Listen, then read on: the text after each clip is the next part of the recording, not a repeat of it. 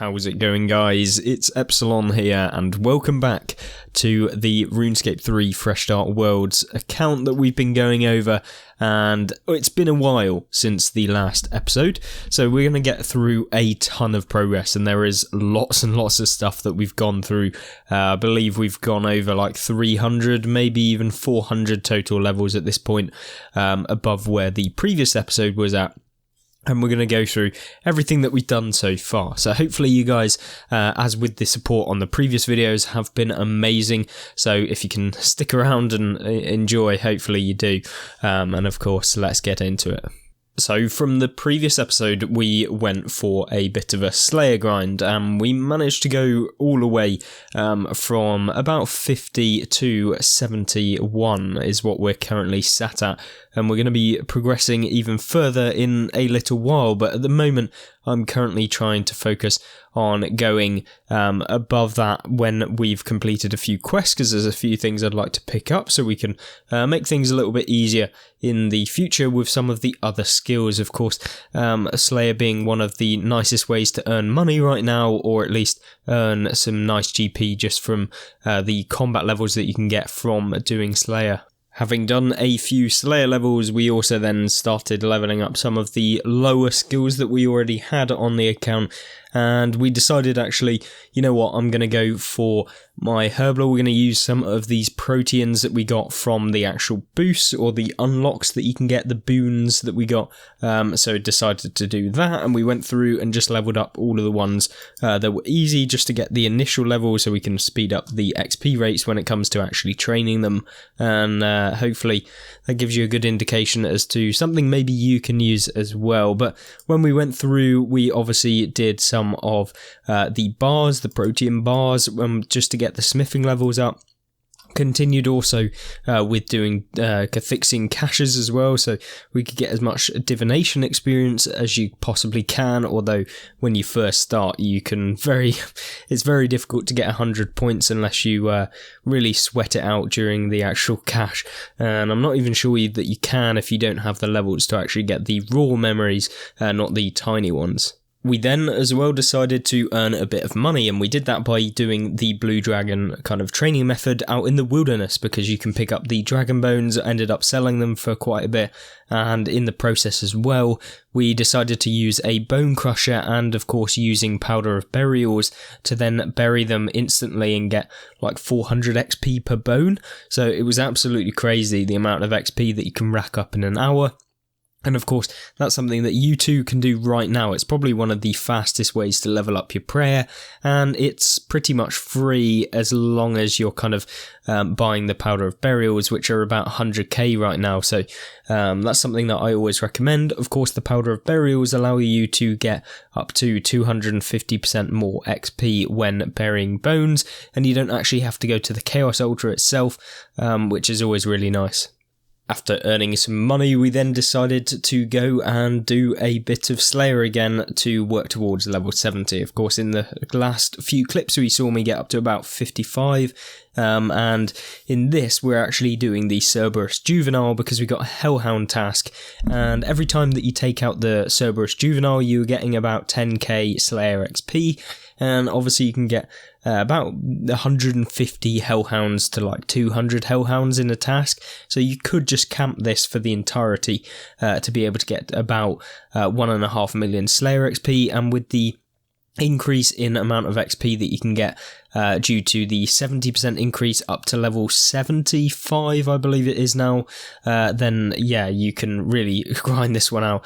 And also we were able to earn a ton of money whilst doing this, so you can actually check out the video in specific on how you too can actually take advantage of this method, because it's primarily not only just about the Slayer XP, but also about grinding out some dungeoneering tokens and being able to grind out some extra amounts of GP as well, because the GP here is about 3.5 mil to 5 mil an hour, depending on how kind of active you are.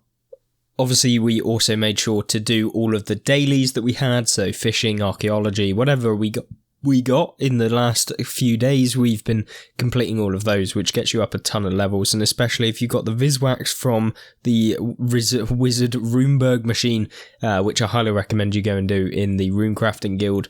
You can extend the ones that you feel are going to be beneficial, and I highly recommend you guys actually go and do that. The next step in the account was actually to progress the smithing level, because ultimately I want to go towards getting invention leveled up, so we can kind of progress with that, whilst also doing Slayer and also going about leveling up the combat skills as well, because yes, we can do ED3 to get all 99 in all stats, but ultimately I'm not after getting 99 as quickly as possible. I'm after actually training all of the skills that I can. If it's going to benefit me, maybe we'll grind out to 99 magic at some point or somewhere in that region. But at the moment, I'm just trying to focus on the account as a whole. And of course, doing that, we've been able to get up to 67 smithing at the moment. I'm going to then grind all the way up to 80 as we go.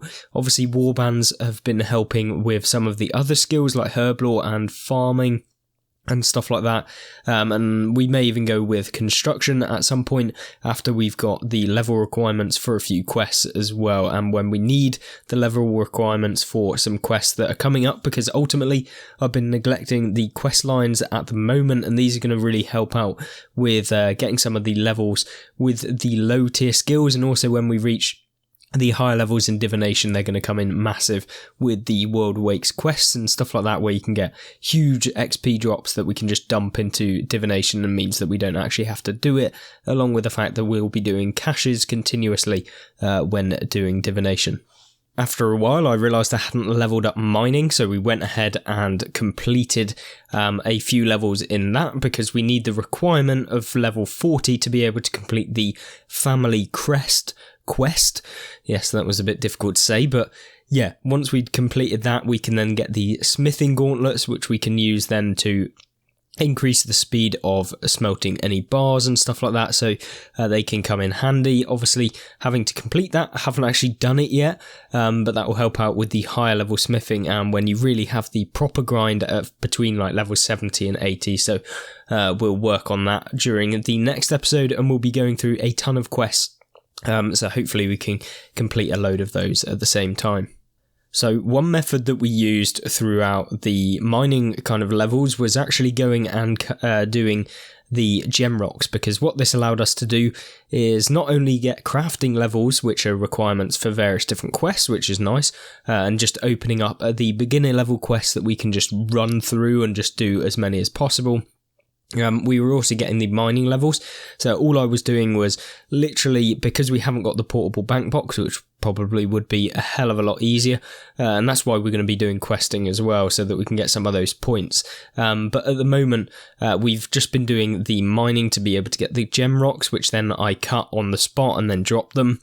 Unfortunately, they're not easily dropped, so you can't just assign them to your taskbar and just spam drop. So you have to actually pull them out of your inventory, which can be a pain.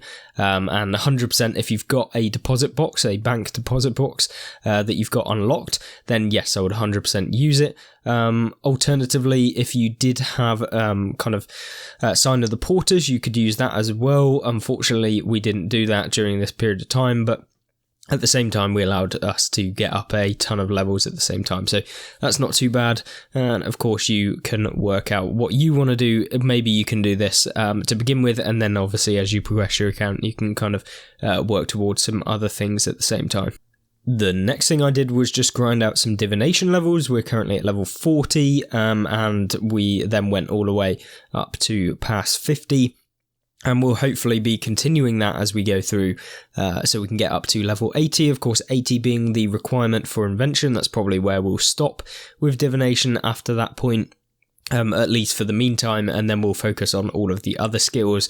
As we say, I'm kind of really working towards PVM and the bossing side of Fresh Start Worlds, so we can start earning some crazy GP, and then we can just buy our way through a lot of the skills. So that's what I'm aiming to do with the account, because ultimately, at the minute, the account is pretty underleveled compared to some other people in the game, so we'll be working to just smash it out in the next coming day and over the weekend, and hopefully we can do that. Although maybe not the best for your bank account on RuneScape, we did decide to just bury the armour that we made from smithing because I'm just after the XP, and at the moment the money isn't too terrible to the point where I'm going to go absolutely broke from doing it. And at the end of the day, I just want to get up to 80 smithing as fast as possible so that then we can progress with earning some tons of money. Because at the minute, losing a couple mil an hour will save me a lot of time, and we'll be able to make those couple of mil back so much faster with the methods that we can get from using the combat later on. So that's kind of where I'm at with spending the money from Fresh Start Worlds. I highly recommend, if you are playing, that you do invest in your own account, use the money wisely. Don't just try and gather a load of money, because there's no point in having it if your account is severely underleveled anyway. And actually you can hold yourself back from earning the real crazy amounts of money at the end of the day from not spending money on your account. Yeah, seems a bit weird, but trust me, spending money on actually leveling up your skills is way better than actually just saving it and then kind of ending up with some pretty low tier methods. I had completely neglected archaeology at this point, so I decided to go ahead and get a few levels. So we got up to level 19, I believe I'm at, maybe even 21 at this point, by just doing some of the mysteries and, of course, going through and completing the first bit at the Karadet dig site. Archaeology in Fresh Start Worlds actually gets the 70% bonus XP. It doesn't increase the speed at which you're actually earning the items. It actually just gives you the flat XP boost. So that applies to even when you research something, or you actually repair relic, that sort of thing. So you can just smash out a ton of XP, which is really, really nice. We then did a few portable levels by just going through and getting the farming up, because we want to get to 17 farming. Once again, been neglecting it a little bit too much, and so as soon as we get 17 farming, we can then move on and do beehives, and then we can really smash out farming. And of course we can also use warbands to level up the initial levels at the same time, so that's what we'll be aiming to do. Finishing up the episode, we actually went back to the Zamarakin Undercity and picked up our loot chest, which we'd kind of ignored at this point.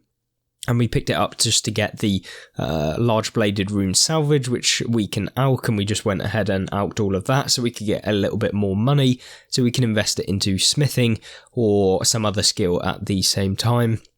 And of course, buy our way through a few of the skills as well. So we may even do that with crafting as we go through with rubies and stuff like that. So that's what I'm aiming to do. Of course, let me know how your accounts are going on in the comment section down below. And I really do appreciate you guys' support. I am a little bit under the weather at the moment, as you can probably tell by the voice. So I'm sorry if it was a little bit depressing, I don't even know, but hopefully you did enjoy. Hopefully you saw all of the progress, and yes, we are at now 1105 total level and hoping to go towards 1500 in the next few episodes, so it's kind of where we're aiming to go. Other than that, I hope you have a fantastic rest of the day, and I hope you join me back. Of course, subscribe if you aren't already and you did enjoy this, and yeah, let me know any questions you might have as well in the comments, and I'll try my best to answer them. Thank you, and I'll see you there. Goodbye.